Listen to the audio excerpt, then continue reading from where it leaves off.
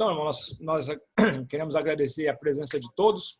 Nós vamos dar início, então, à nossa aula de Igreja e Direito Civil. Então, nós vamos ver essa matéria que é de muita importância para nós. Nós vamos ver como é que a igreja se encaixa nesse contexto jurídico, né? Porque a igreja ela não é só uma instituição civil, ela não é só uma denominação, uma instituição espiritual, mas a igreja também é uma instituição civil, né?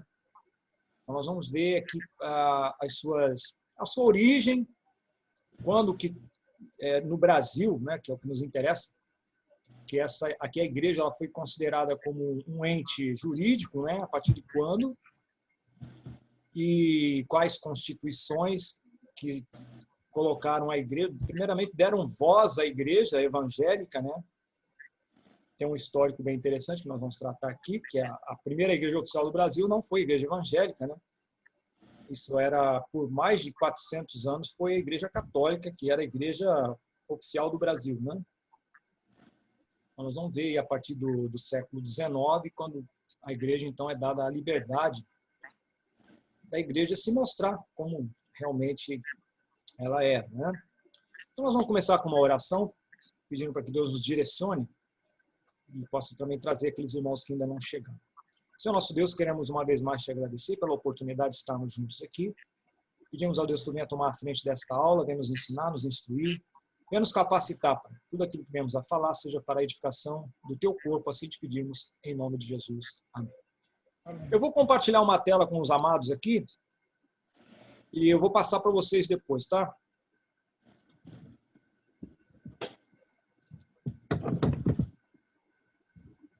Vamos ver se vai aparecer aí.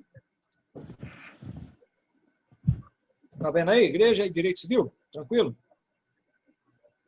Ainda não. Não tá aparecendo, não? Ainda não, mano. Agora apareceu. Apareceu? Apareceu. Então, nós vamos ver aqui a igreja e o direito civil. Então, teologicamente, a igreja ela significa... A palavra igreja significa, bem do grego, né? Eclésia, ek. Esse prefixo ek é tirar, né? Para fora. Eclésia, tirado para fora. A igreja é uma instituição formada por aqueles que foram tirados para fora. Tipo assim, alguém que foi escolhido para fazer parte de um outro grupo, né? Foram tirados para fora. Foram selecionados, foram separados, é uma assembleia. Juridicamente, né, no Código Civil, está lá no segundo artigo 44, inciso 4, a igreja ela é uma pessoa jurídica de direito privado. Tá? Então, vocês que vão ser pastores presidentes já vão sabendo aí que a igreja é uma instituição, é uma pessoa jurídica de direito privado. Agora, quem é que faz parte dessa natureza de classificação jurídica? Pessoa jurídica de direito privado. As associações, as sociedades, por exemplo, a sociedade de moradores, ela também pode ser registrada, né, como uma pessoa jurídica de direito privado. Uma sociedade, uma fundação também, né? E as organizações religiosas também fazem parte, tá bom? Esse inciso número 4 aqui, está lá escrito que o presidente da República faz saber que o Congresso Nacional decreta e eu sanciono a seguinte lei. Aí está lá dizendo, né? Artigo 1º. Esta lei define as organizações religiosas e os partidos políticos como jurídicas de direito privado, desobrigando-os de alterar seus estatutos no prazo previsto. Aí está lá o artigo tal do Código Civil. Então, dentro dessa lei, estão enquadradas então, as instituições religiosas, os partidos políticos também. Tem algumas características, umas curiosidades interessantes, né, com respeito a essas entidades, que está lá. Elas são livres, a sua criação, a organização, a estruturação interna e o funcionamento das organizações religiosas. Sendo vedado ao poder público, grave aí, ó, isso é interessante, negar-lhes o reconhecimento ou registro dos atos constitutivos e necessários ao seu funcionamento. Então, o governo não pode impedir, negar, né, o reconhecimento ou registro dos atos constitutivos, seja de partido político ou seja de organização religiosa. Então, se eu disser assim, eu quero abrir uma igreja, aí você vai registrar lá no cartório, né? Aí ele vai dizer assim, você não pode abrir igreja, que aqui em São Gonçalo já tem muita igreja. E tem mesmo, né? Mas ele não pode dizer isso.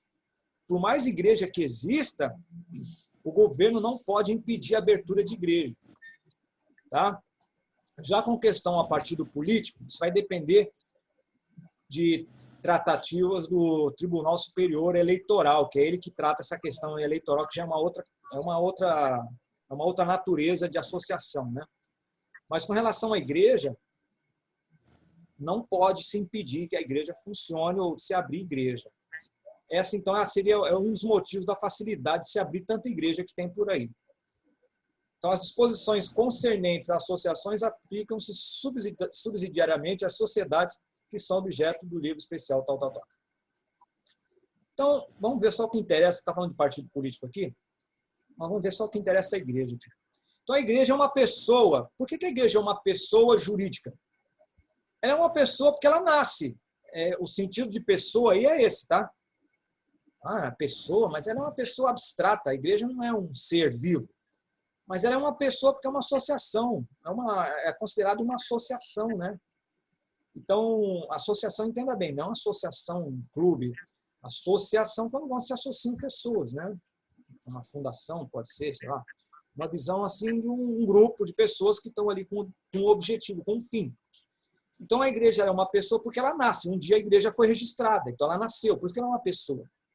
E o registro de uma igreja, ela ocorre no cartório de registro civil de pessoa jurídica. É diferente. Se nasceu o filho aí do André, o André, eu vou registrar o meu filho no cartório de registro de pessoa civil, registro civil de pessoa jurídica. Não pode, porque pessoa jurídica é só empresa, associações, né? Então onde é que eu vou registrar meu filho? Eu e você vamos registrar nossos filhos no cartório de registro civil de pessoas naturais. Diferente. Então, Nelson, você que vai abrir aquela igreja de 10 mil membros, é lá no cartório civil de pessoa jurídica. Entendeu? É lá que você vai abrir. Então, nós, seres humanos, somos registrados no cartório de registro de pessoas naturais. Isso é uma coisa bem interessante. Eu não sabia disso aí. Né? Para mim, registro cartório era tudo uma coisa só, mas não. Eu até passava na frente, assim, de ônibus, de carro, lá, via lá, cartório de registro civil de pessoa jurídica e cartório de pessoas naturais. Agora eu já sei o que é. Então, naturais é quando trata com pessoas, gente. Jurídica é quando trata com associações, empresa, aquela coisa toda. Bom? E quando nós falamos aqui que a igreja ela é uma pessoa, porque ela nasce, né? Ela nasce, por isso que é uma pessoa. E nós, seres humanos, somos registrados no cartório de pessoas naturais. E depois que nós somos registrados, que nós nascemos, né? Nós recebemos um CPF, que é um código de pessoa física. E a empresa ela ganha um CNPJ, né, que é o Conselho Nacional de Pessoas, Cadastro Geral, né, Cadastro Nacional de Pessoas Jurídicas. Então, vê a diferença? CNPJ e CPF são diferentes. Pessoas naturais e CPF. A liberdade religiosa nas constituições brasileiras e o desenvolvimento da igreja protestante. Nós vamos ver algumas coisas bem interessantes aqui. Então, eu até recomendo aos irmãos, eu até passei para vocês um tempo atrás, eu mandei para vocês aí um livro, A História da Bíblia no Brasil. Vocês se lembram? Mas eu vou deixar aqui o registro, é uma recomendação bibliográfica. Eu não estava presente, não. Eu vou mandar de novo esse livro para vocês. Muito bom, rapaz. Eu comecei a ler esse livro, eu acabei de ler num dia só. Eu gostei tanto. Sabe aquele livro que dá uma leitura legal? Esse livro ele não é só uma história. Ele é um livro de história. Ele é um livro de história da igreja. Ele é um livro de bibliologia. E ele é um livro também da história do Brasil. Eles são um livro de quatro perspectivas históricas num livro só. Então você vai aprender várias coisas com respeito a versões bíblicas, a história da Bíblia no Brasil, né? Você vai aprender sobre a história da igreja, porque vai falar como que a igreja chegou no Brasil, né? A igreja protestante. Quem é que dominava essa questão da emissão, não, como é que fala? Da publicação de Bíblias. A Igreja Católica ela dominou isso até o início do século XX, irmãos. Ninguém poderia fazer tradução da Bíblia se não tivesse autorização da Igreja Católica, sabia? A Sociedade Bíblica Brasileira, ela teve muitos problemas no começo aí, exatamente por causa disso. Até a partir do momento que a igreja liberou, né? Agora nós temos direito a imprimir a Bíblia que a gente quiser, a versão que quiser. Mas no começo não era assim. Então esse livro, A História da Bíblia no Brasil, ela vai tratar bastante a respeito disso daí. E ela trata também algumas questões jurídicas, que é a nossa matéria sobre a igreja e o direito civil, né? Mas eu não quero me ater, irmãos, a essa questão do direito civil, a questão de direito só, tá? Embora nós venhamos a falar sobre algumas coisas, mas eu quero falar exatamente sobre a questão jurídica de como que a igreja se estabeleceu juridicamente como igreja, tá? É mais importante para nós. Então, em 1822, com a independência do Brasil, então tornou-se necessária a vinda de mais estrangeiros para aumentar o crescimento da economia do Brasil, né? E dentre essas pessoas que vieram para dar uma agitação, uma agitada na nossa economia, vieram vários protestantes, principalmente ingleses. Não vamos nos esquecer que em 1822, nós já estamos aí há quase 50 anos da Revolução Industrial que começou na Inglaterra. E vocês sabem muito bem que em 1818, 21, por aí, foi essa época mais ou menos, a Inglaterra começou a proibir o tráfico de escravos, se lembra? Porque não era mais vantagem. O inglês não quis acabar com a escravidão porque eles eram bonzinhos, não, tá? É porque havia começado a Revolução Industrial na Inglaterra. Então, era muito mais vantagem para os ingleses eles deixarem de ter escravos, ou o mundo deixar de ter escravos, e passar a ter consumidores. Porque eles precisavam de pessoas para consumirem os bens manufaturados que eles estavam produzindo. Vocês sabem que com a Revolução Industrial, aquelas empresas familiares, tinha uma família que só fazia bolsa, aí fazia 10 bolsas por mês. Tinha outra família que fazia bota, aí fazia 5 pares de bota por semana, um exemplo. O que a Inglaterra fez? Eles tiraram essa visão familiar, industrial, e passaram a produzir em alta escala. Uma família que produzia 10 bolsas, agora eles estão produzindo 1.000 bolsas por mês, porque eles fizeram um processo industrial. Então, não era mais interessante para a Inglaterra, principalmente, não que outros países também não tenham começado esse desenvolvimento, a França também, mas principalmente a Inglaterra, que foi onde teve o boom, né? Eles começaram a exportar as primeiras máquinas a vapor, de trem, as locomotivas. Foi quando o oeste americano começou a ser explorado, as grandes linhas férreas foram construídas nos Estados Unidos. Aqui no Brasil também, a partir de 1850, com aquele Barão de Mauá, se lembra dele? A Central do Brasil, Quem fundou foi o Barão de Mauá. Os primeiros trens foram ingleses que vieram para cá. A iluminação no Rio de Janeiro, quem foi que trouxe foi o Barão de Mauá. As primeiras indústrias, Barão de Mauá. Então, ele foi muito influenciado por essa visão, ele era um visionário. Então, veja como o mundo era um mundo bem diferente. Então, para o inglês, não era mais interessante você ter escravos, mas era melhor você libertar os escravos e agora ter consumidores para poder consumir e trazer dinheiro para a Inglaterra. Ok? Então, vamos gravar essa... parece que não tem nada a ver com a nossa matéria, mas tem. Vocês vão ver como que as coisas vão se fechar lá na frente. Então, em 1822, começaram a vir essas pessoas para o Brasil, né? Principalmente os estrangeiros. E entre esses estrangeiros, irmãos, quem é que veio?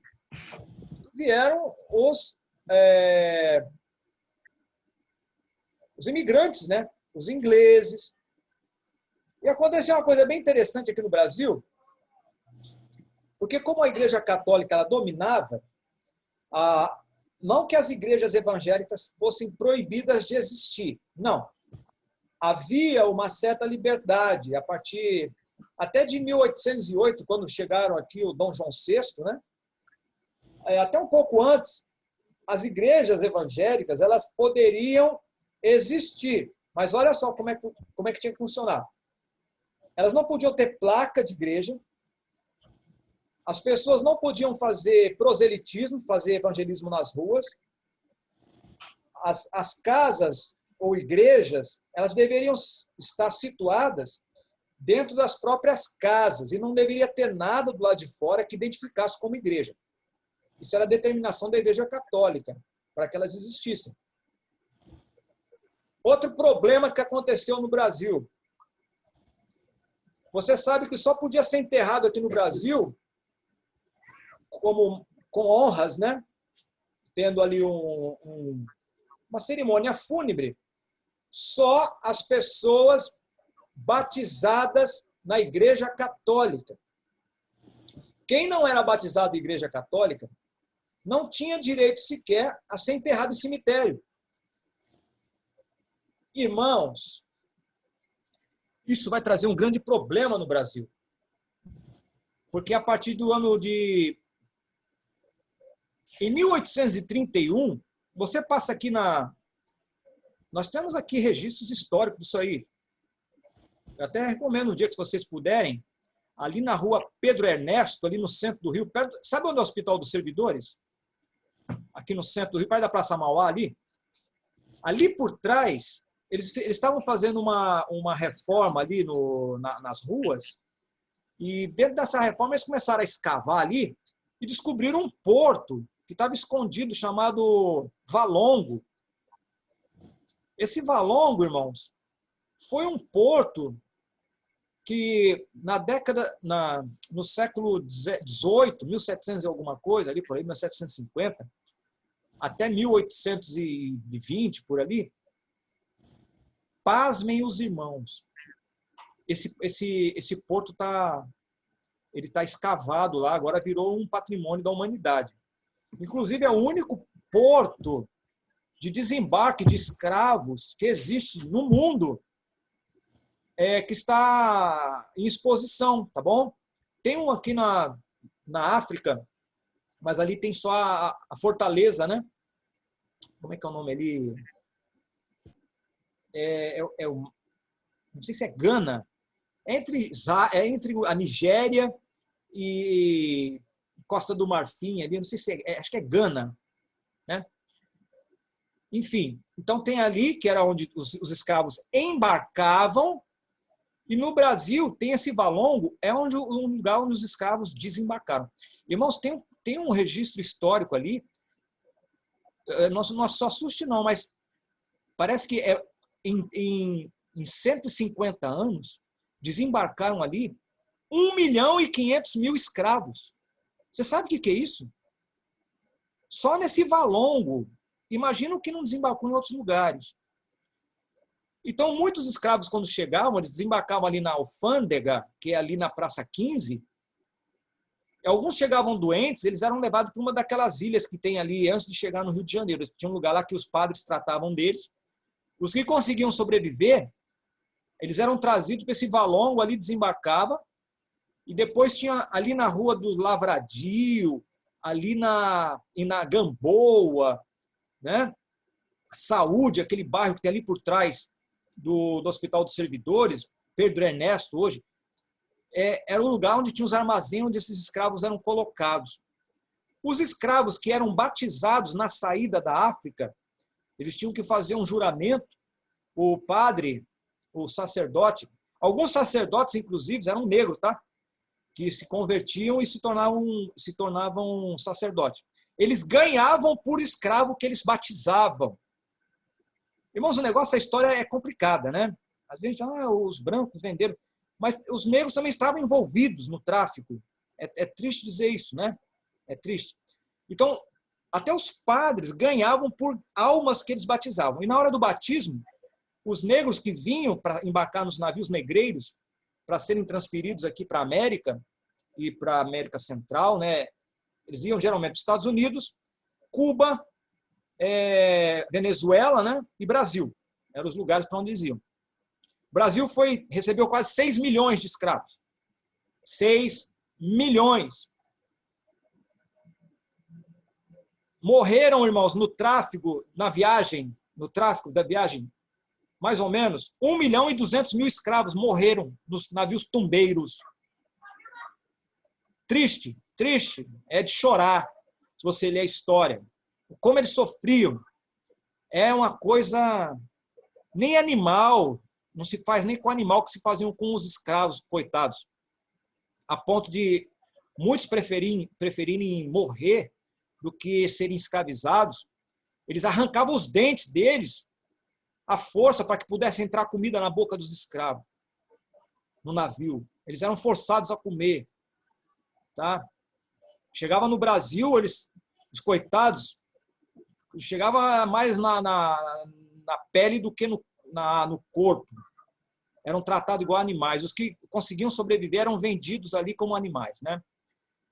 Então, os que eram batizados lá, eles tinham que fazer uma confissão que largavam todos os deuses, e os sacerdotes, muitos deles negros, faziam eles beber água com sal, porque eles acreditavam que o sal,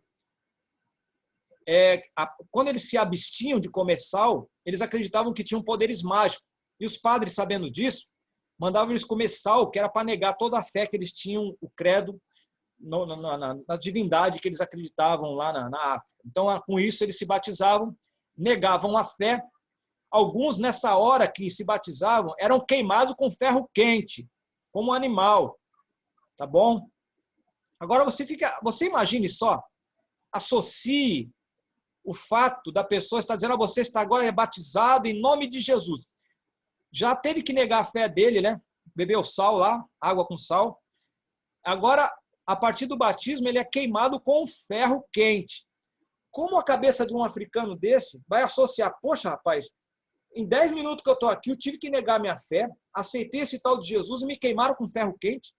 Mas que religião é essa que eu estou aceitando, que estão me forçando a aceitar? Então vocês vejam que aberração, que coisa horrível, né? Então é para esse país novo agora que esse povo está chegando.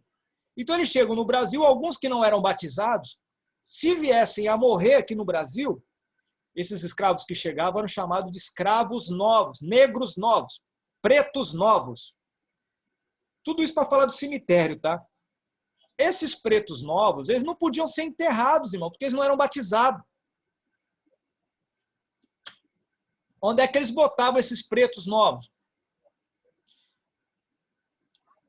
Eu não sei se vocês já passaram ali na Visconde Inhaúma, no Rio de Janeiro, no centro ali. Sabe na Visconde Inhaúma, ali no centro do Rio? Não tem uma igrejinha de Santa Rita ali? Tem uma igrejinha antiga ali, Santa Rita. Perto da Impecável Maré Mansa, ali tem um Impecável ali por ali. Essa igrejinha já existia. Antigamente, o mar, ela vinha até perto dessa igreja, porque tudo ali, que nós temos ali é tudo aterro ali, você sabe, né? Praça Mauá é tudo aterro. O mar chegava até perto dessa igrejinha.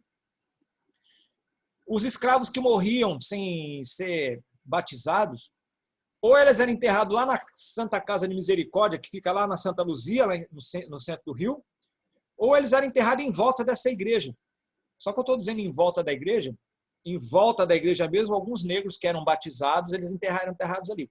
Os pretos novos, que eram os pretos negros que chegavam e não eram batizados, eles eram enterrados em covas rasas, às margens da igreja. O que acontecia, irmãos? Eles faziam assim um buraco de 2 palmos, 3 palmos, e colocava 2, 3 corpos de escravos ali, pegava um macete, amacetava assim, ó. Tem esse relato histórico de pessoas que passavam na hora, eles batendo em cima dos defuntos, alguns nem mortos estavam ainda, e batiam neles, e depois jogavam terra, e ficava em cova rasa morto. Na primeira chuva que dava, você sabe aqui no Rio de Janeiro, quando chove, chove mesmo. O que acontecia? A cova era rasa. Saía um braço, saía uma perna, uma cabeça. Aí as pessoas, era lugar de passagem, as pessoas passavam e ficavam aqueles corpos ali. Então, esses corpos, eram 2 tipos de sepultamento que se faziam, né? Era chamado ad sanctus, que é quando era próximo da igreja, ou dentro da igreja. Quanto mais rica a pessoa era, batizado o católico, né? Mais próximo dos santos ele ficava. Então, tinha camarada que era bem rico, era enterrado dentro da igreja, dentro mesmo. Você pode ver que os reis hoje, vai lá na Europa, os reis, os papas, né? Eles são enterrados dentro das basílicas, né? E os reis também. Quanto mais grana, mais próximo dos santos, né? Por isso chama ad sanctus. Mas aqueles que não tinham condições, eles eram enterrados num lugar chamado apud ecclesia, que é em volta da igreja. E no caso desses pretos novos, que não tinham religião, eles tinham que ser enterrados em algum lugar. Então, como não tinha lugar para eles, eram enterrados às voltas da igreja de Santa Rita ali. Só que chegou um momento que eram muitos corpos que eram enterrados ali, não tinha mais lugar. Então, eles tiveram que procurar um outro lugar, que foi exatamente nesse valongo aí, lá no bairro ali de Gamboa, Saúde, Gamboa, ali por ali, é na rua Pedro Ernesto. Em 1996, uma senhora foi fazer uma reforma na casa lá, começou a cavar para construir, começou a vir cabeça, crânio, braço, fêmur, descobriram que era lá, tinha sido transferido para lá. A casa dela não pôde mais morar, virou museu. Até hoje tem escavação lá, tinha mais de 6.000 corpos lá. Que é o cemitério dos Pretos Novos. Está lá o cemitério, é um museu. Eu recomendo até vocês, como estudantes da Palavra de Deus, é bom vocês saberem isso aí. A história do Rio de Janeiro está lá, rua Pedro Ernesto. Vocês podem chegar lá. Costuma estar fechado, acho que é por causa da pandemia, mas a porta é de vidro, você consegue enxergar dentro lá, você vai ver que o que eu estou falando para vocês é a verdade, né? Acho que está querendo alguém entrar aqui, peraí. Não. Tem mais alguém aqui? Ah, Margarete, eu não vi, Margarete. Tudo bem? Eu não tinha te visto. Desculpa. Seja bem-vinda, tá? Amém, paz. Deus abençoe. Agora, por que eu estou falando tudo isso aqui? É para encher linguiça? Não, irmãos. Nós estamos falando de história. Porque nós temos que falar aqui agora por que a questão jurídica da igreja. Você sabe que essa questão de sepultamento é uma coisa muito grave. Você sabe que violar uma cova, aí você está incorrendo em crime. Então, faz parte também de que quando a igreja ela chega aqui no Brasil, através desses... nós estamos falando aqui foi necessário começar um crescimento a partir de 1808, quando chega a família real para o Brasil. Ele trouxe aqui o Dom João VI, ele trouxe o Banco do Brasil, a Casa da Moeda, o Jardim Botânico. Mais para frente lá, como eu falei aqui do Barão de Mauá, já tinha até linha de trem, a Central do Brasil, né? Começou a usar assim, a energia, a iluminação no Rio de Janeiro. Então, o desenvolvimento começou a chegar. Isso foi através de quê? Porque enquanto não chegou a família real no Brasil, não se havia necessidade de ter certos tipos de conforto. Porque não tinha alguém que demandasse esse conforto. Porque só tinha aqui no Brasil traficante, escravo, índio, né? Então, a partir do momento que chega a corte, né? Você sabe que praticamente a corte de Portugal entraram no navio, fugiram de Portugal, Portugal virou Brasil, né? Você sabe disso, fugindo lá do Napoleão Bonaparte. Foi a maior sacada inteligente, chama em português de burro, né? Mas foi a sacada mais inteligente de Dom João VI. Né? Ele falou assim, já que... Esse português não é fácil.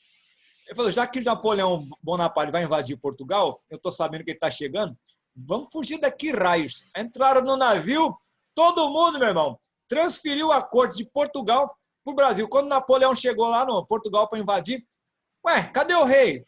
Eu falei, pô, Napoleão, não te contaram, não? Portugal mudou lá para o Brasil. Caraca, como é que pode um negócio desse? Depois chama português de burro, né, cara? Burro somos nós. Então foi a maior sacada, a maior esperteza de Dom João VI, né? Brasil, cara. Brasil tem história, meu irmão. Você começa a ler a história do Brasil, tem hora que você ri, tem hora que você chora, mano. Não é fácil, não. Mas, enfim. Então, a partir do momento da chegada dessa corte, houve uma demanda de conforto, né, irmãos? Conforto. Isso foi bom por um certo aspecto que nós começamos a desenvolver, né? Se não fosse a falta de visão de Dom Pedro II, que começou a tesourar por ciúme o Barão de Mauá, o Barão de Mauá era para ter colocado esse Brasil como primeiro mundo, meu irmão. Mas não deixaram o cara trabalhar. Isso é mal de brasileiro, meu irmão. Não pode um cara chegar para mudar para melhor, que tem sempre um grupo para puxar para trás. Isso é um espírito. Meu Deus do céu. Você lê a história, você vai ver que as coisas se repetem, né? E algum sábio diz que aqueles que não conhecem histórias estão fadados a cometer os mesmos erros. A gente aprende, o sábio diz que o sábio aprende com o erro dos outros. O tolo com seus próprios erros, né? Infelizmente. E o burro não aprende nunca, né? Esse é o pior. Mas, enfim. Então, a partir de 1824, foi instituída a Constituição do Brasil.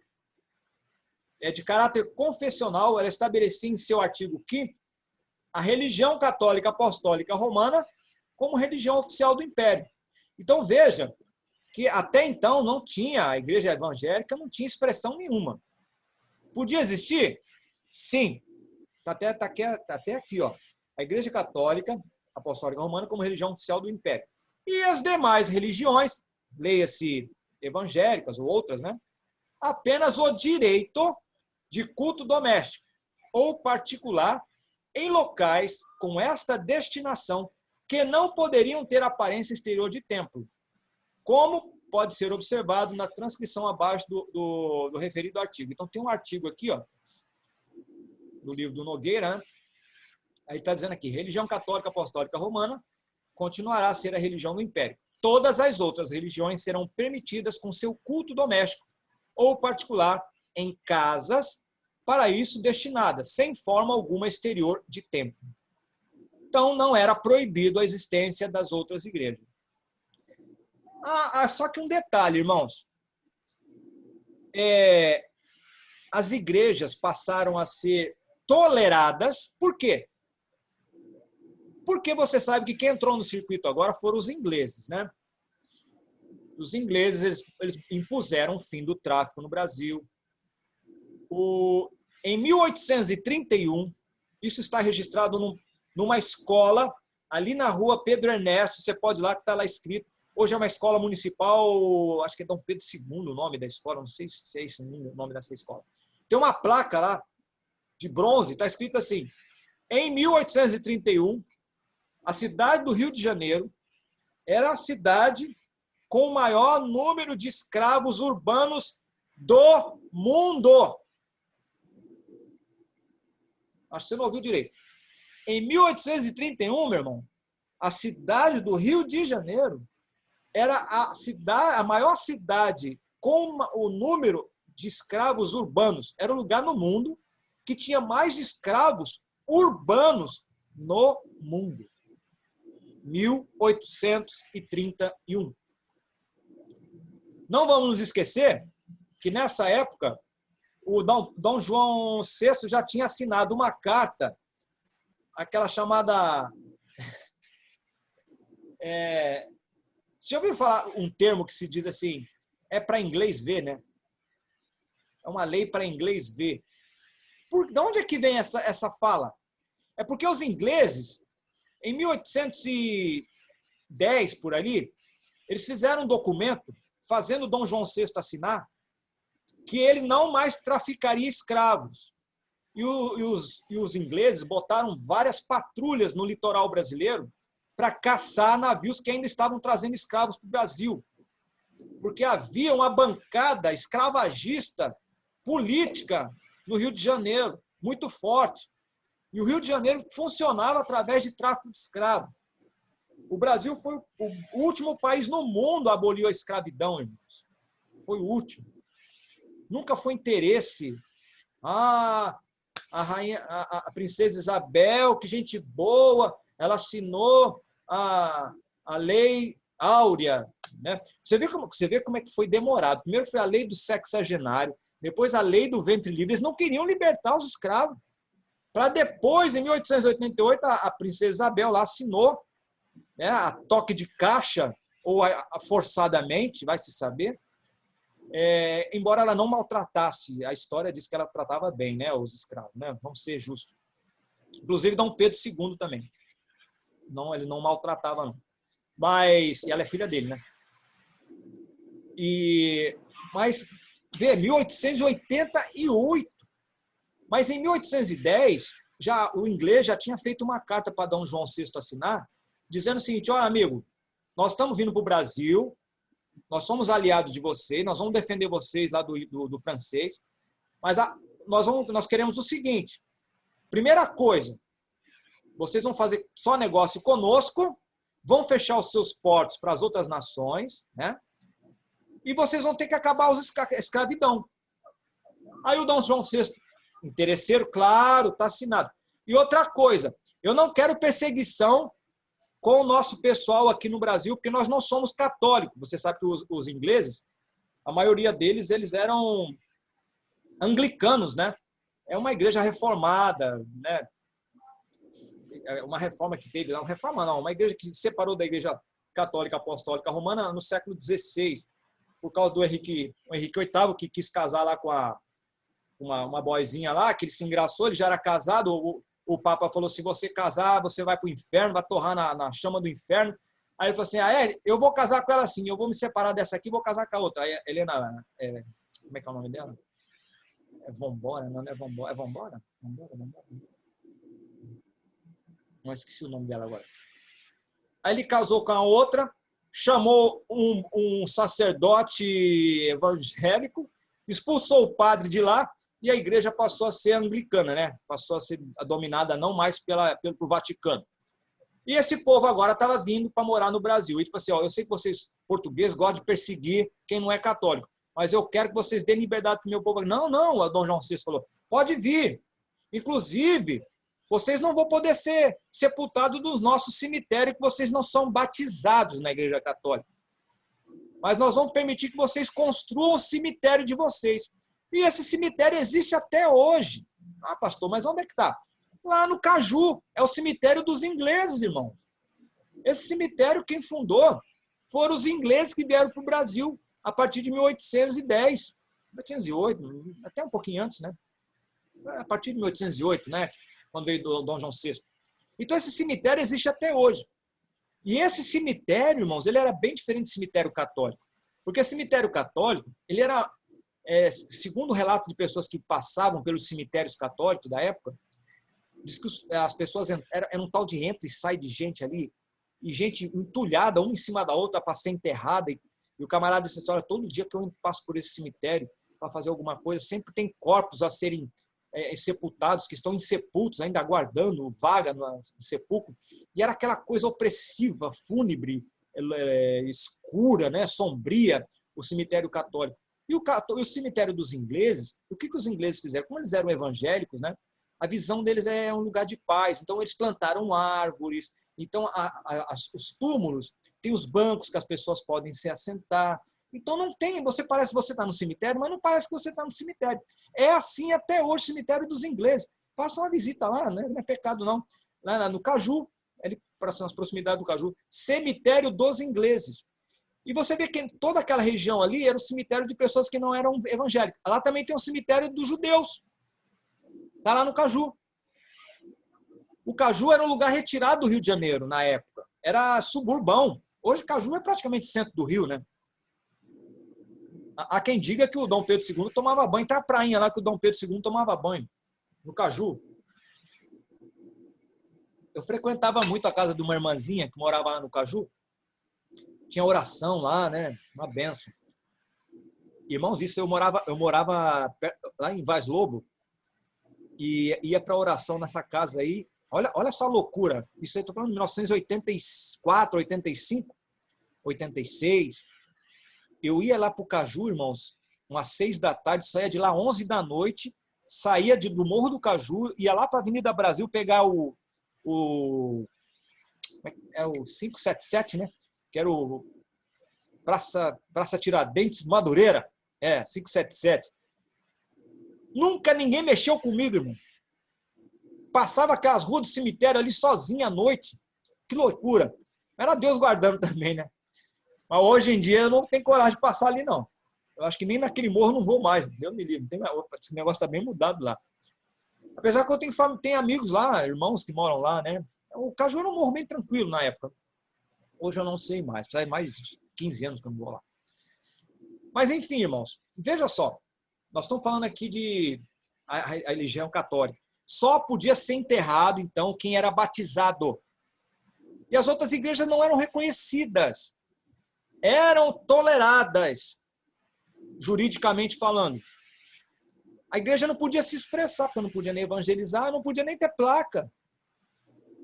E só houve essa toleração por causa da pressão inglesa. Porque eles disseram, vocês não podem perseguir a gente, que eu vou ajudar vocês. Não, não. Pode vir para cá, inclusive vocês vão ter o cemitério de vocês. Vocês podem fazer o cemitério de vocês lá, porque no nosso cemitério vocês não podem ser sepultados. Tá bom? Acho que é uma informação interessante passar para vocês isso daí. Faz parte, tudo está dentro do assunto. Então, no Brasil Império, a liberdade religiosa era parcial, conforme Afonso José da Silva.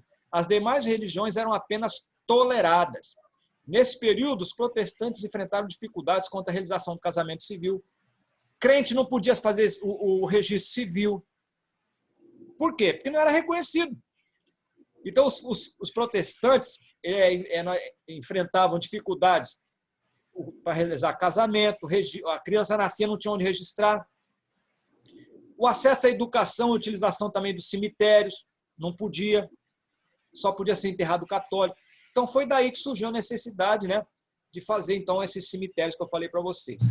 Então, até o ano de 1835, o protestantismo no Brasil foi de imigração, mas nos anos que se seguiram foi se desenvolvendo o protestantismo missionário junto aos brasileiros pela Igreja Congregacional. O que significa isso? Eu acredito, inclusive, irmãos, que foi um dos maiores erros dos calvinistas quando vieram para o Brasil. Você sabe que os primeiros crentes que vieram para o Brasil foram os calvinistas, né? O Calvino que mandou para vir para o Brasil aqui. Os franceses, eles invadiram o Rio de Janeiro, 1555. Se lembra?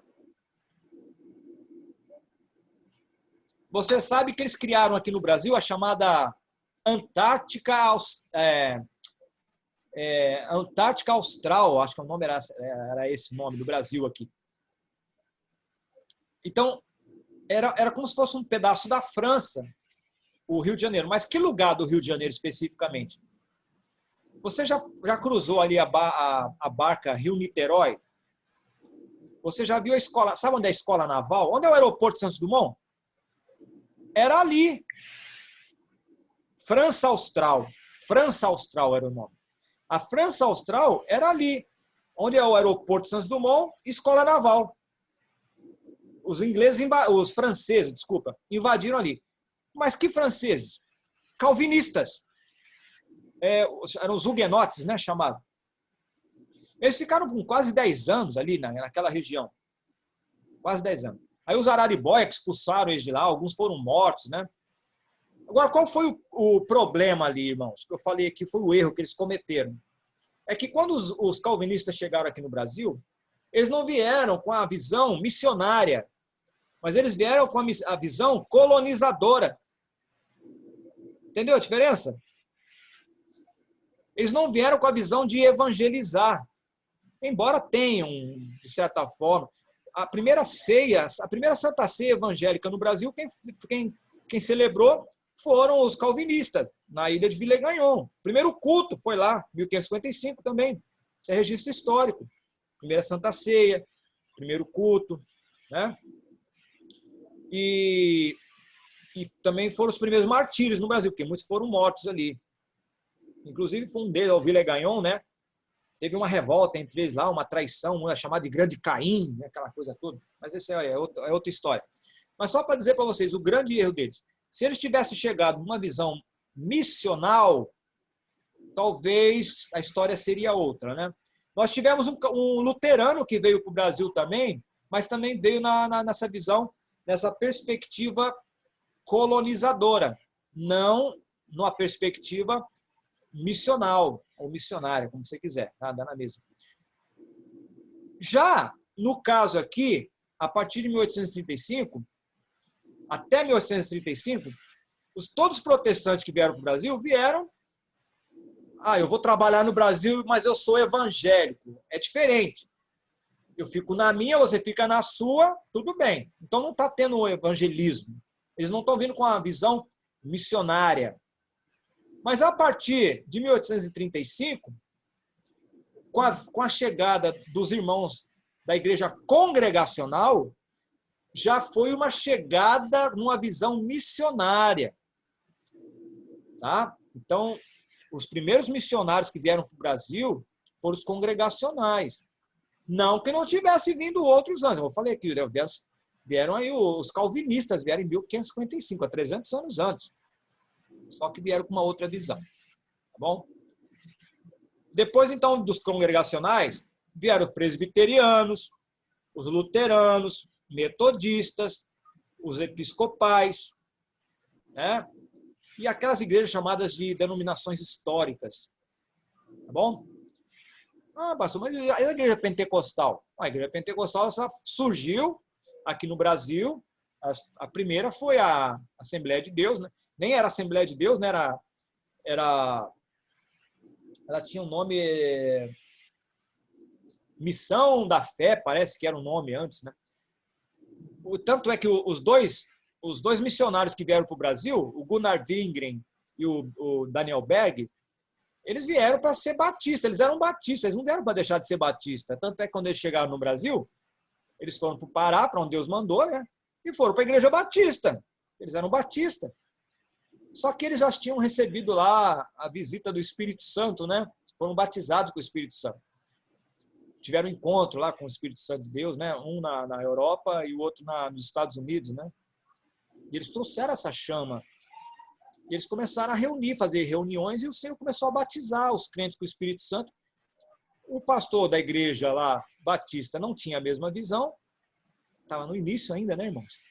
E eles foram expulsos da igreja, onde eles estavam dormindo, foram para uma outra casa, e dali começou, então, uma reunião que não tinha nome de Assembleia de Deus. Conta a tradição, eu não sei o fundo de verdade que tem, que numa das reuniões, os irmãos, pastor, mas agora, irmão, nós não temos mais igreja, né? Aí diz que um dos missionários disse assim, não, aqui está agora reunida uma Assembleia de Deus, né? Está uma Assembleia. Aí dizem que o nome veio daí, mas o nome não era nem Assembleia de Deus no princípio, era Missão da Fé. Esse nome Assembleia de Deus veio depois. Então, dali começou, só em 1910. Então, veja, nós estamos falando aqui em 1835. Então, quase 100 anos antes já tinham chegado evangélicos aqui no Brasil. Bem antes, né? Eu falei que há quase 400 anos antes, né? 1555, já tinha chegado, então, os calvinistas. Mas não com visão missionária, mas uma visão colonizadora, que é diferente.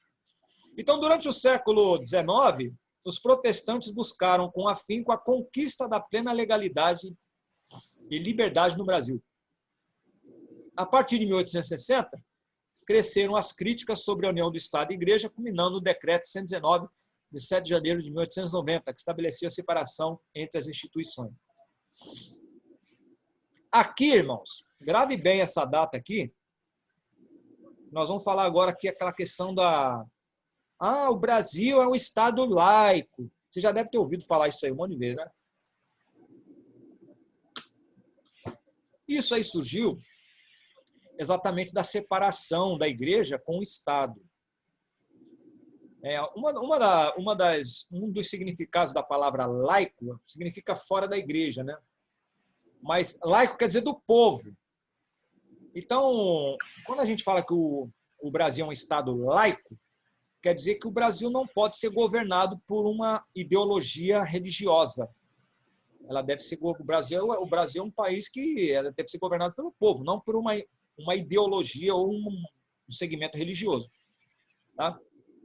Então, sob a influência de liberais e positivistas, a primeira Constituição Republicana, de 1891, consagrou a separação entre igreja e Estado.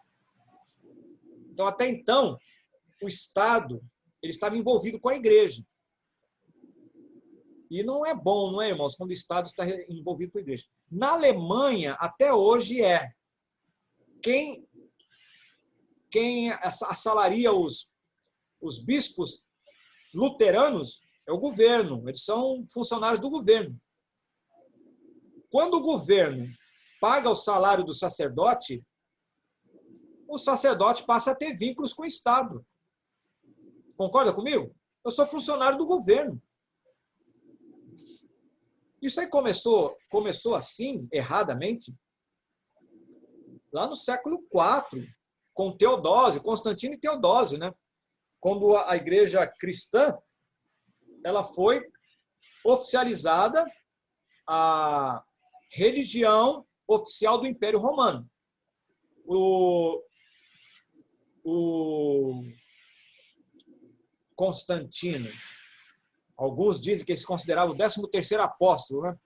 O Constantino, depois Teodósio, o Teodósio que sacramentou mesmo o ato, que disseram assim, não, a partir de hoje, os bispos serão mantidos pelo Estado, por Roma. Então, foi o começo da corrupção da igreja aí. A igreja deixou de ser laica. O Estado está envolvido com a igreja. Não dá certo. E nós temos alguns países hoje que são países islâmicos. Você vê o Irã, por exemplo? O Irã é um país islâmico. O governo do país é um ayatolá. Né? Então não dá certo. Né? Nós vamos ver o Sócrates. O Sócrates foi morto, o filósofo, porque ele dizia que para ser político, um bom político tinha que ser filósofo. Porque aqueles políticos que existiam lá na Grécia eram todos ignorantes, não sabiam. Para ser um bom político, tinha que ser um filósofo. Claro, ele estava dizendo então que ele seria um bom político. Né? O que aconteceu com ele? Só não tomou a facada do Adélio, né? Mas ele foi obrigado a tomar veneno. E foi chamado de corruptor de menores. Não se pode falar a verdade, né? Então, em 1891, foi estabelecendo a plena liberdade de culto, o casamento civil obrigatório, a secularização do cemitério e da educação. Essa Constituição de 1891 foi boa, irmãos. Por quê? Agora todo mundo poderia ser enterrado no cemitério. Todo mundo podia estudar nas escolas. Mas eu sou evangélico. Eu posso estudar na PUC? A PUC é uma pontifícia universidade católica, né? Você sabe que as maiores faculdades que tinham no Brasil, as primeiras, eram de jesuítas, né? E só quem podia estudar lá era católico. Eu, como evangélico, vamos supor que eu fosse aí, ainda não existia Assembleia de Deus, mas eu fosse lá um tradicional, um batista, um presbiteriano. Eu chegava lá na faculdade do jesuíta, meu chefe, eu quero estudar aqui. Não, você não pode. Por que não? Uma que você é um herege, né? Você é evangélico, você não é católico, você é um pagão. A visão deles, nossa, é que nós somos pagãos. Né? Não posso. Agora, a partir da Constituição de 1891, acabou. Ela passou uma régua. Foi boa. Cemitério, não. Agora, a partir de hoje, todo mundo vai ser enterrado. Ah, mas não tem religião, não tem problema. Enterra, pode enterrar também no cemitério aqui. Que até então era só quem era batizado. Então vocês vejam que quando a igreja ela domina a questão do Estado, quando até as leis elas passam a ser parte da doutrina da igreja, é terrível, irmãos. E olha, eu vou dizer uma coisa para vocês. Às vezes alguém fica até pensando, quem dera o Brasil fosse um país evangélico. Irmão, será que se o Brasil fosse um país evangélico... Peraí, antes de eu terminar meu pensamento aqui. Você sabe qual que é o município que tem mais evangélicos da América Latina? São Gonçalo. Nós somos 1.100.000 habitantes e somos quase 600.000 evangélicos. Agora, irmão, se ser evangélico pudesse mudar alguma coisa, era para São Gonçalo ser Miami. Não é o que eu vejo quando eu passo ali em Alcântara, debaixo do viaduto. Parece que eu estou passando no Haiti. Desculpe. Eu moro aqui, irmão, eu posso falar. Então, será? Nós temos aí uma ministra, né? Nada contra, que Deus abençoe lá, guarde. Eu sou terrivelmente evangélica. É? Amém. Mas que diferença está fazendo ali? Deus acima de tudo, amém. Vamos mudar alguma coisa, então? É claro que não muda sozinho também, né? Precisa de muita... fazer a cabeça de todo o sistema para a coisa mudar. Mas, irmão, não adianta só ser o Estado evangélico. Isso não vai mudar.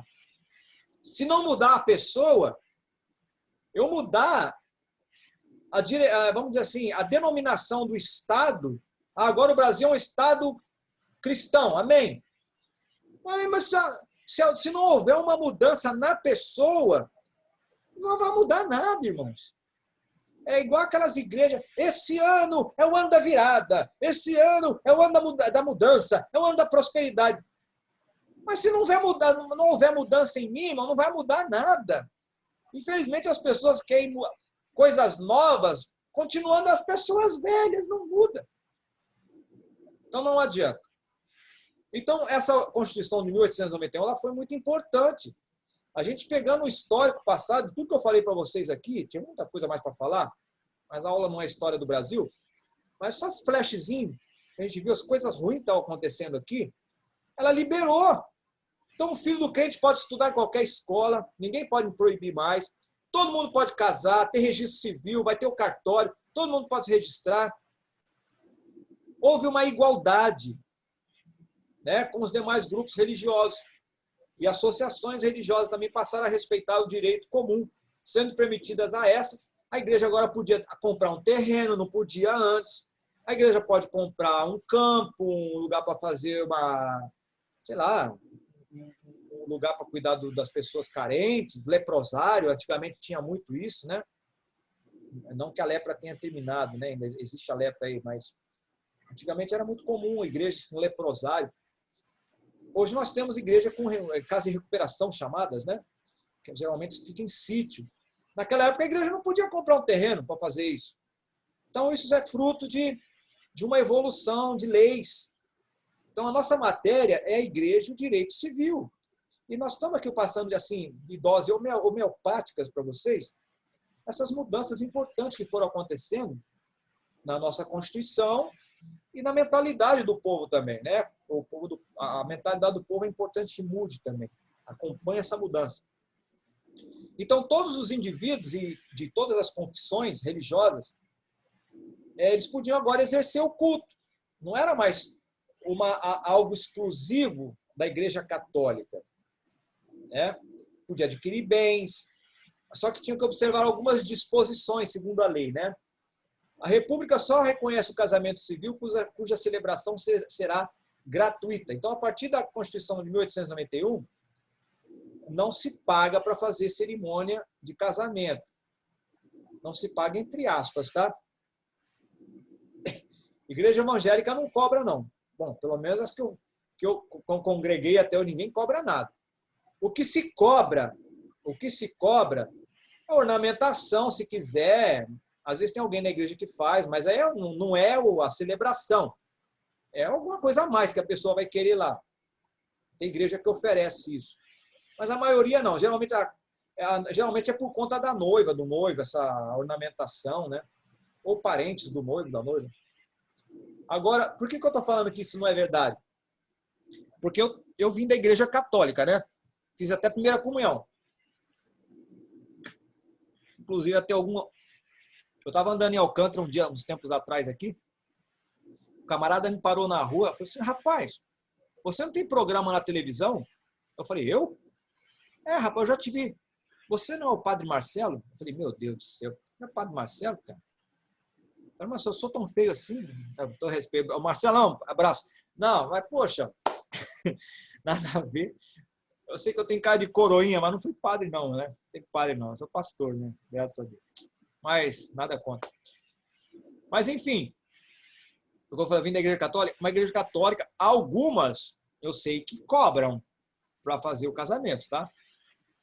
Que eu tenho parentes que se casaram e disseram que cobram. Não é algo exorbitante assim, mas cobra, né? E você sabe que a igreja católica, eu já fui num casamento, né? Na igreja católica que eram 5 casamentos no mesmo dia. O padre é alta produção, né? Vai entrando um, amém, Deus abençoe. Vai, próximo. Vai, próximo, Deus abençoe. Eu fui no casamento que era o 4º ou 5º, era um dos outros, tinha que esperar os outros casamentos todos para fazer. Geralmente na igreja evangélica é um só, né? 2 horas de culto, mais 1 hora atrasada que a noiva chega, é uma benção, né? É assim, né? Evangélica é uma benção. Mas então, irmãos, pela Constituição não pode cobrar não, tá? Não se cobra. Os cemitérios terão caráter secular e serão administrados pela autoridade municipal. Então, veja só que essa Constituição também tirou da igreja essa coisa do cemitério. Porque quem manobrava com o cemitério era a igreja.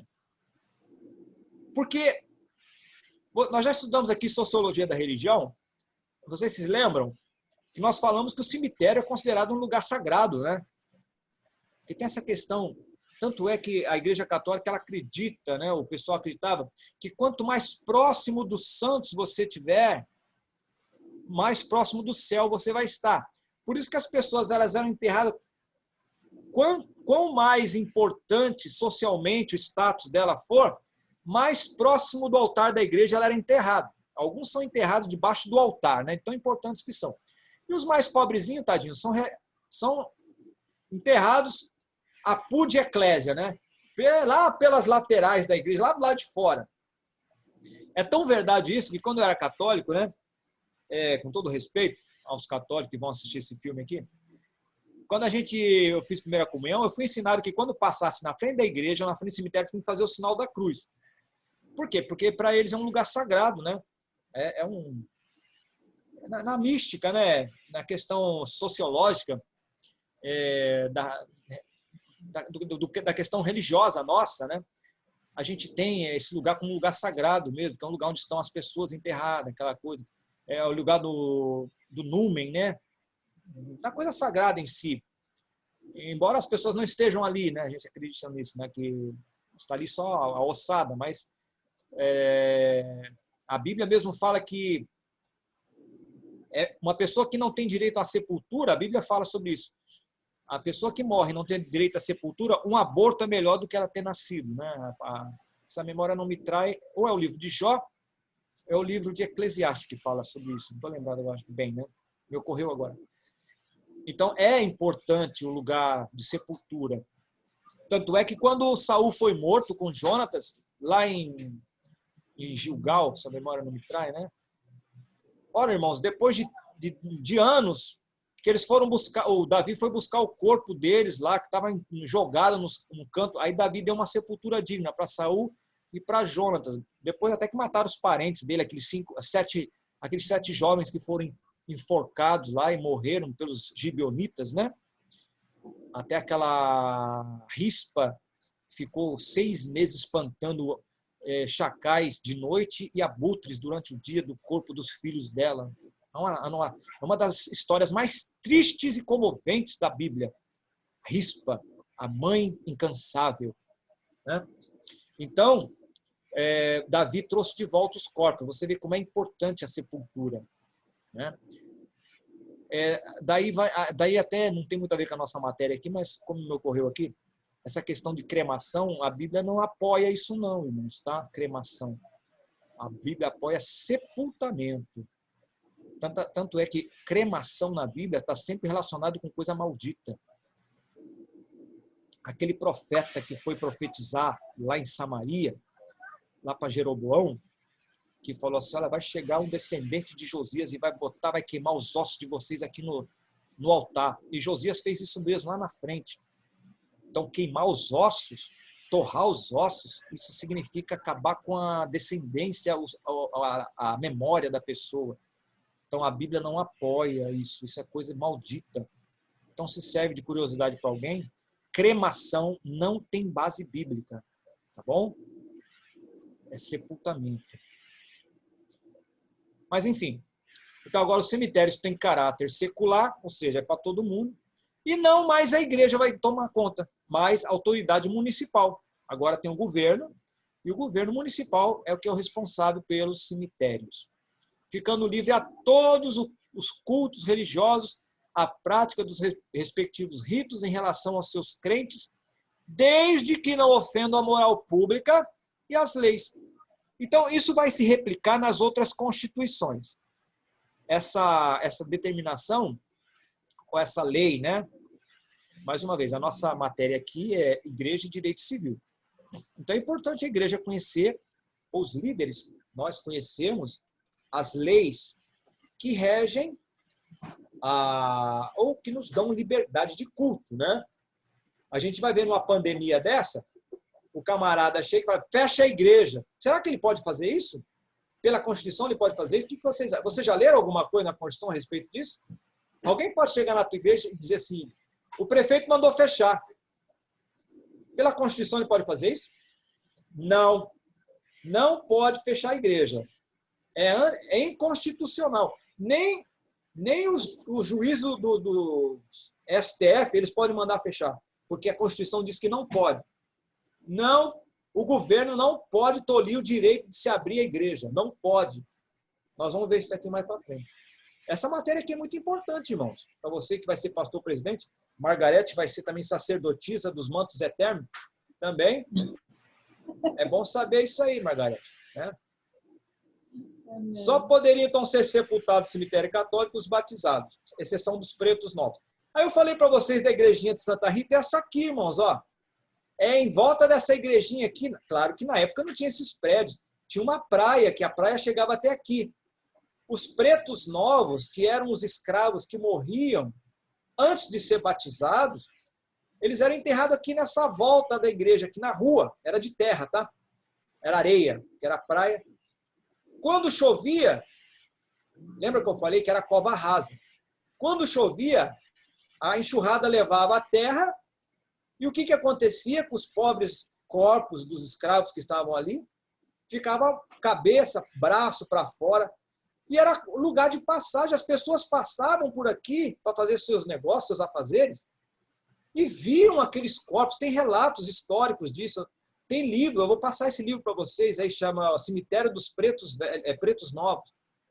Eu tenho esse livro. Leia esse livro, é importante. E diz que os corpos ficavam aqui à mostra, e um mau cheiro que você não tem noção.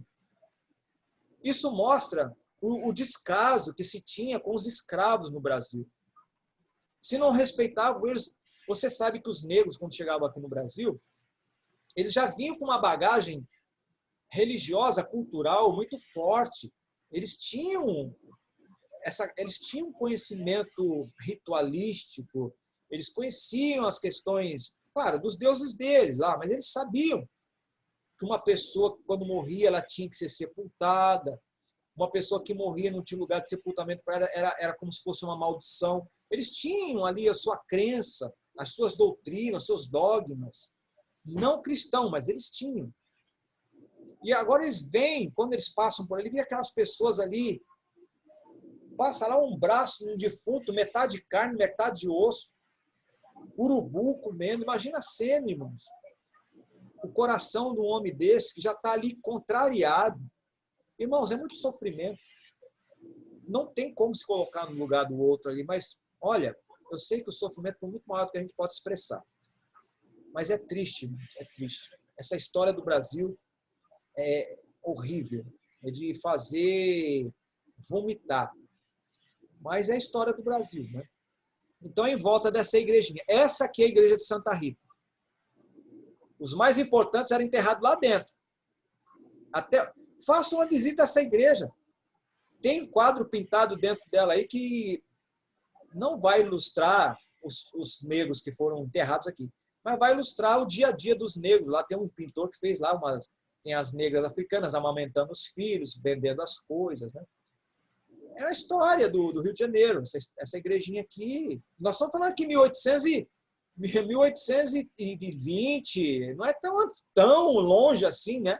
150 anos atrás, 200 anos atrás, quase. Não é tanto assim.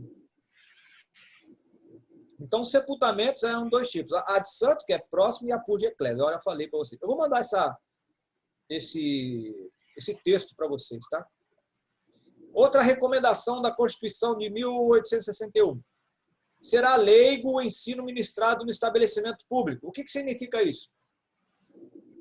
Não vai ser mais aquele ensino de igreja. Vai ser leigo. Leigo é aquela pessoa que não é da igreja. Então, serão matérias normais, matemática, educação, sei lá, moral e cívica, eu nem tenho mais isso, né? Mas português, geografia, história.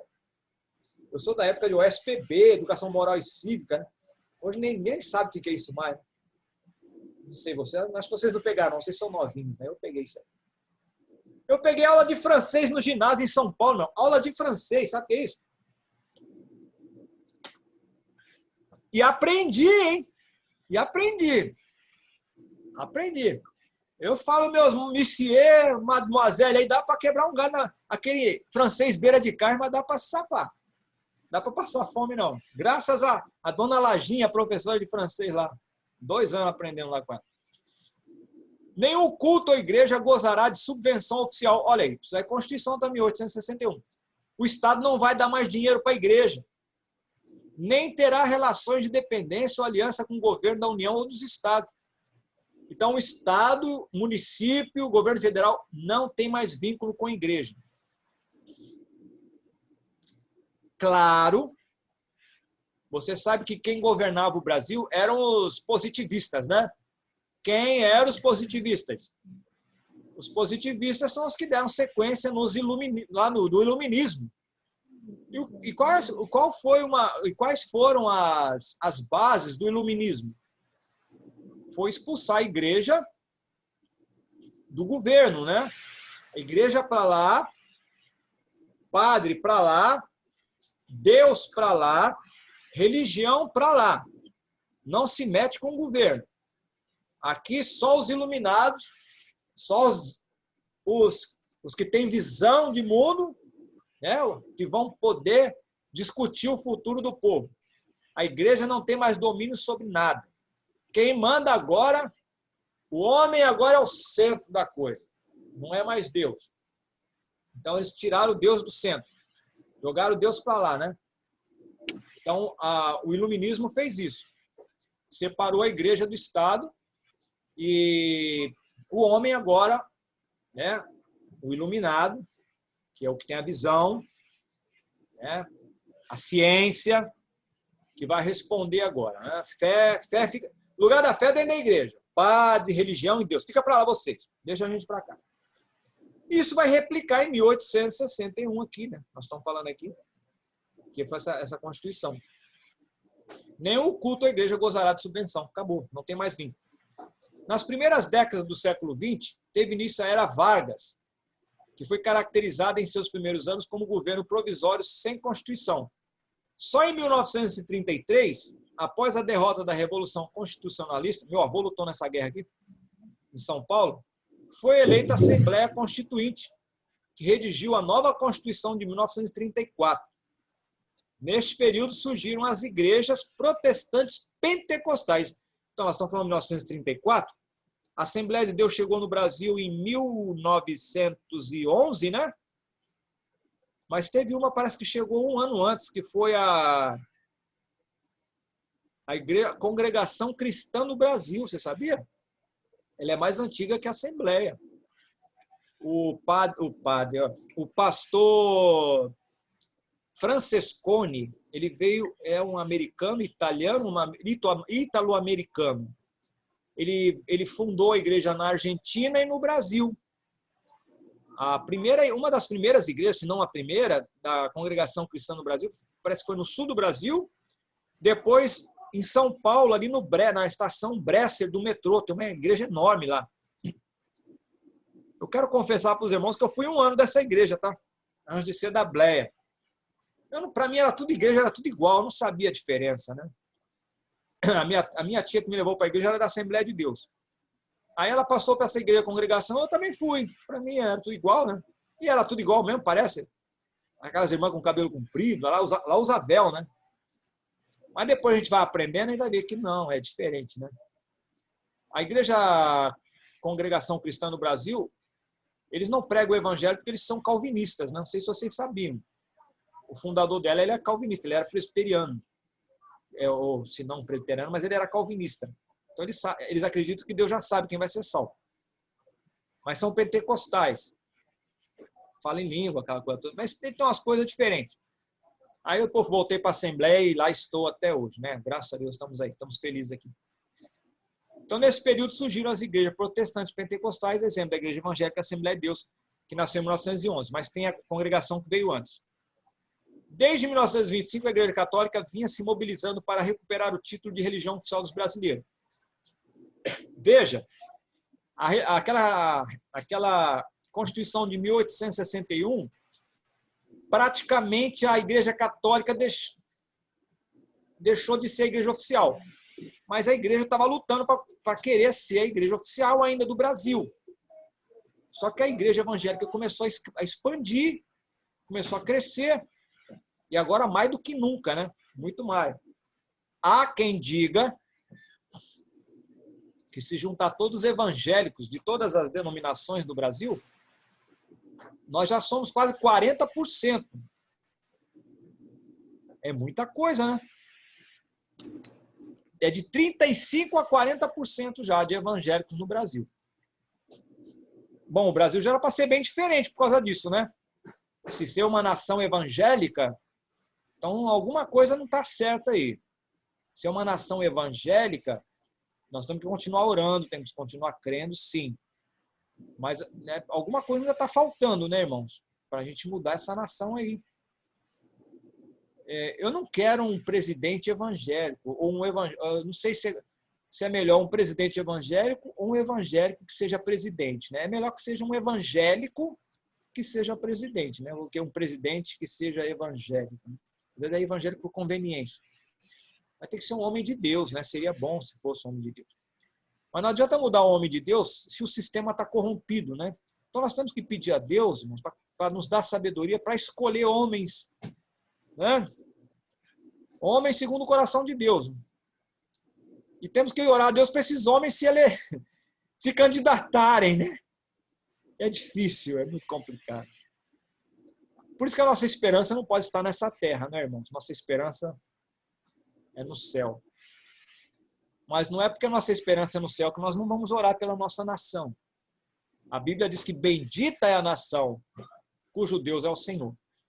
Então, enquanto nós não vemos a mudança nessa nação, nós não podemos parar de orar pela nossa nação. Nós vamos estar incorrendo em pecado, sabe disso. Eu não vou orar, não adianta não, pastor, eu já cansei. Eu moro num lugar aqui em São Gonçalo, que agora tem até barricada, para mim, deu. Para mim, eu já perdi a esperança. Não, meu irmão, não perca a esperança. Não pode perder a esperança. É olhar para aqueles meninos ali como já se fossem os obreiros do Senhor. Chegar de manhã, Deus te abençoe, Barão, estou te vendo lá na igreja, tu vai ser Barão de Fogo. Já profetizando ali. Eu creio, irmão, na mudança. Eu creio. E fé é isso aí, irmão. É crer no invisível, né? Crer no impossível. Isso é que é fé, né? Colocar em prática isso. Então, a próxima Constituição que nós vamos ter aqui é só de 1934.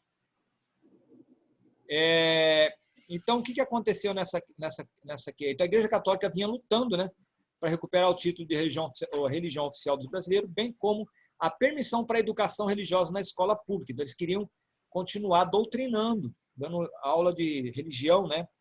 Claro, essa religião sempre com viés católico, né? Ou cristão, quem sabe. No entanto, enfrentaram forte oposição dos protestantes, maçons, espíritas, da imprensa.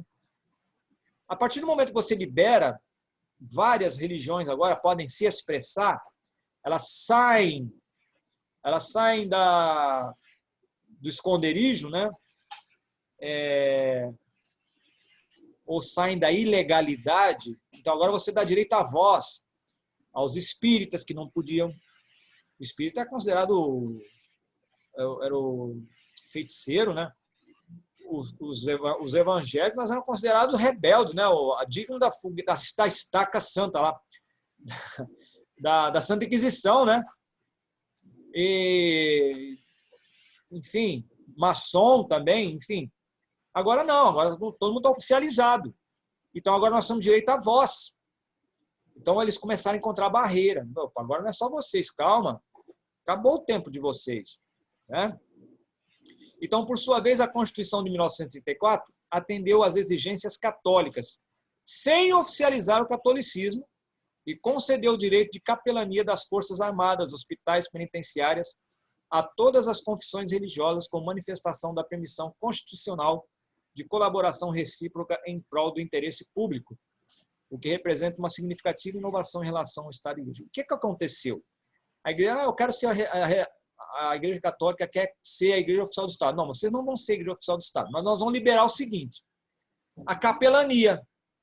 Vocês podem ir nos hospitais, Forças Armadas, vocês podem ir nas instituições, né, e fazer capelania. O que é capelania? Capelania é você fazer um evangelismo. Geralmente a capelania ela não tem cunho, um viés religioso, né? É igual, você já deve ter assistido, ou já deu aula de religião na igreja, na escola. Aula de religião, você não vai ficar falando de doutrina, né? É aquela coisa meio vaga, assim, vocês têm que crer em Deus, existe um Deus aí, né? Alguns já avançam um sinal, né? Não, vocês têm que entregar a vida para Jesus, né? Que seria o certo, né? Mas, geralmente, a aula de religião é uma coisa assim meio que na sombra, né? Deus é assim, igual aquele Deus lá do livro de Esther. Não é mencionado o nome de Deus, mas ele está lá, entendeu? Mas a Igreja Católica, então, agora, não só a Igreja Católica, mas foi dado o direito, então, dessa capelania. E é interessante, irmãos, que a partir dessa época, surge até uma função nas Forças Armadas, que é o capelão. Nas Forças Armadas agora tem capelão, né? Por exemplo, vai na Polícia Militar, tem lá o major que trabalha na rua, lá com o negócio da bandidagem, e tem o major capelão. O negócio dele é só fazer celebração. Na Marinha também é assim. Ele trabalha no setor da assistência social, né? Na Marinha, geralmente os capelães e os assistentes sociais trabalham junto. Então, problemas que as famílias têm dos militares, quem trata é o capelão, assistente social, a psicóloga também, geralmente um oficial, né? Geralmente não, são oficiais, né? É o assistente social, a psicóloga e o capelão. Existem muito... Na Marinha, antigamente, só tinha capelão católico. A partir de 1990, por ali, 93, eu me lembro, começou a abrir para evangélico na Marinha. Não tinha antes, era só padre. Ô, pastor, eu acho que em alguns hospitais também tem, né? Tem vários. Tem polícia militar, bombeiro, hospital, vários setores tem, né? Eu estou falando da Força Armada porque é o lugar de onde eu vim, né? Mas tem no Exército, tem na Aeronáutica, na Marinha, bombeiro, todo lugar tem. Geralmente o capelão ele trabalha mais naquela questão da assistência social mesmo, né? É aquela pessoa que vai visitar lá o enfermo. Eu conheço um que trabalha no setor de paliativos do INCA. Aí, Ele trabalha naquela ala que já estão os pacientes desenganados pelos médicos, né? Só fazendo um tratamento só paliativo, e aí entendi. Ele dá aquele auxílio psicológico, não só psicológico, né? É suporte psicológico, é isso aí. Mas eles fazem isso mesmo. Então, isso é função do capelão. E outra, existe capelania, irmãos. Existem irmãos nossos que têm a função de capelão sem saber. Você, quando vai no hospital visitar e você dá uma palavra, você está fazendo serviço de capelania. Eu já fiz capelania 1 ano e meio no centro de hemodiálise. É um lugar muito triste também, irmão, você fazer capelania. Eu entrava exatamente naquele momento que estavam limpando as máquinas, que saíam os enfermos que tinham acabado de fazer hemodiálise e aqueles estavam esperando para fazer. Então, eu tinha meia hora para fazer um culto ali, geralmente era de 11 a 11h30 da manhã, né? Aí eu pegava quem estava saindo e quem estava entrando. E era triste, irmãos, porque hemodiálise, você sabe, é um lugar de pessoas que estão ali também num estado que ou você faz o transplante, ou é muito difícil resistir, né? Muito tempo na máquina. E é um sofrimento de 4 horas, 3 vezes por semana naquela máquina. Eu já tive a minha cunhada que fez isso, eu sei. Minha esposa até depois doou o rim para ela, e graças a Deus ela viveu 25 anos com o rim da minha esposa, né? E ela não morreu com problema de rim, ela morreu por outra coisa, porque o rim funcionou até o final da vida dela. E eu me lembro, irmãos, como ela sofria, a pele em cima do osso, tadinha. E eu vi essas pessoas ali chama Renal Vida, lá em Itajaí, Santa Catarina. A alegria deles quando a gente chegava, cantavam um hino, né? E era uma palavra assim rápida, não tinha coisa assim profunda, era uma coisa simples, né? A gente fala um arroz com feijão, né? Aquela coisa simples. E eles ficavam felizes. Mas era triste quando você ia no outro dia, na outra quarta-feira, toda quarta-feira, né? Na outra quarta-feira a gente ia, alguém falava assim, poxa, Taranto, o fulano não está mais entre nós, né? Poxa vida, e era um menino que estava ali rindo com você, te abraçando, fraquinho, mas estava ali, né? Mas eu tenho certeza que está com o Senhor, né? Eu tenho certeza. E outros, tinha felicidade também de ouvir de outros, né? Essa função é muito gratificante, né? E outros que recebiam um transplante, ficavam bons, né? Era muito bom, irmãos, né? Tinha o lado triste da gente perder muitas pessoas queridas que a gente ministrava, mas também tinha esse lado de ver outros que se curavam, né? Então, é uma função muito nobre. Eu me sentia assim, meu Deus, eu sentia uma pessoa privilegiada por estar ali entre aqueles queridos, né? E o que me chama a atenção, moço, que a maioria deles não eram evangélicos. Eu tinha espíritas ali que estavam comigo toda quarta-feira. Mas pessoas muito queridas, amadas mesmo, nossa, né? O Jorge, eu me lembro até hoje deles. A gente chegava, ele esboçava o sorriso, poxa, Armando, você veio, né? Ele saber que alguém se importava com eles. Eu não estou me jogando confete em mim, não, só estou dizendo que isso é uma obrigação minha, eu não fiz nada mais do que a minha obrigação. Eu só estou dizendo, irmãos, que nós estamos falando de capelania, né? A matéria nossa aqui. Se você tiver essa oportunidade, meu irmão, né, de ir para um centro desse de hemodiálise, é uma experiência, ou centro de câncer, né? É uma função, meu irmão, você não sabe a importância que tem isso. E é um lugar que ninguém quer ir. Porque não é um lugar que você vai ver coisa que te agrada, no sentido assim, você vai ficar mais triste do que feliz, porque você vai ver a situação das pessoas. Mas eles precisam de alguém ali para dar um suporte para eles. E eles precisam saber que tem alguém que se importa com eles. E é isso que eu achava, o que mais pesava, o que me levava a estar lá. Eu não via a hora. Para mim, eu gostaria de ter até mais dias, não só quarta-feira. Mas a gente tinha que seguir lá, porque tinha um outro que ia também, que era da Igreja Católica, né, que ele fazia nos outros dias. Então, a gente tem que ter sabedoria, né, irmãos? Então, eu fazia a minha parte, o outro fazia a dele lá também. Mas o Senhor operou maravilhas lá em nosso meio. Então, nós estamos falando aqui de capelania. Graças a Deus por essas constituições, irmãos, né? A nossa matéria é Igreja e Direito Civil. Veja como que aos pouquinhos a igreja ela vai tomando terreno, né? Como que a igreja vai se estabelecendo. Como ela era praticamente, vivia escondida, oprimida, e agora a igreja está se manifestando. A igreja está se projetando para o mundo, né? E fazendo diferença, que é o mais importante. Temos aqui o parágrafo 4º do artigo 122 da Constituição de 1937.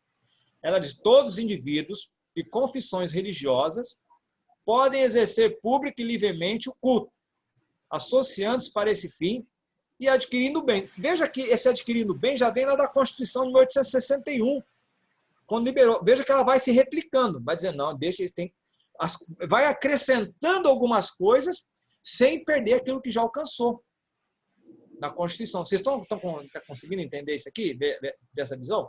Isso é importante. Então, está dizendo agora, todos os indivíduos e confissões religiosas podem exercer publicamente.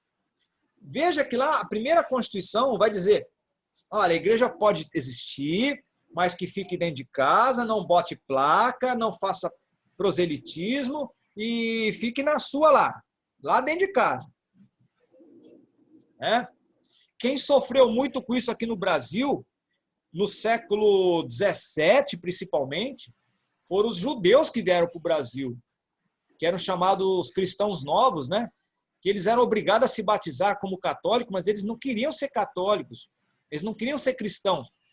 Então eles iam para a missa e chegavam em casa, celebrava o Shabat. Eles só iam para a missa para não morrer. Entenderam? Tem um livro chamado Os Judeus que Formaram, os judeus que fundaram o Brasil ou que criaram um negócio desse. Eu vou mandar esse livro para vocês também. Eu tenho ele eletrônico. Leia esse livro, irmãos, é muito importante. Tá?